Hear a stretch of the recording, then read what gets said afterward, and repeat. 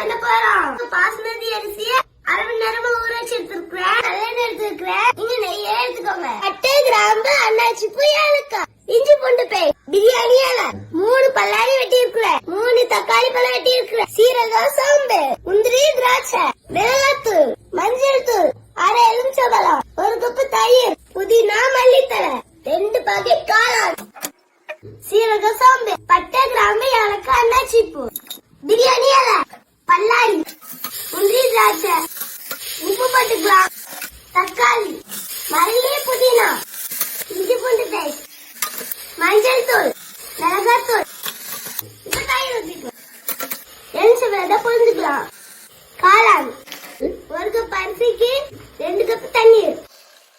பாத்தீங்கன்னா மேல ஆயில் பிரிஞ்சு மிதக்கும். இப்ப அரிசி போட்டுக்கலாம். வேகமாவும் கிண்டக்கூடாது, இல்லைன்னா அரிசி எல்லாம் உடைஞ்சிரும். உப்பு, காரம், புளிப்பு கரெக்டா இருக்கு. எல்லாம் கரைச்சி வச்சு தண்ணி ஊத்த விடணும்.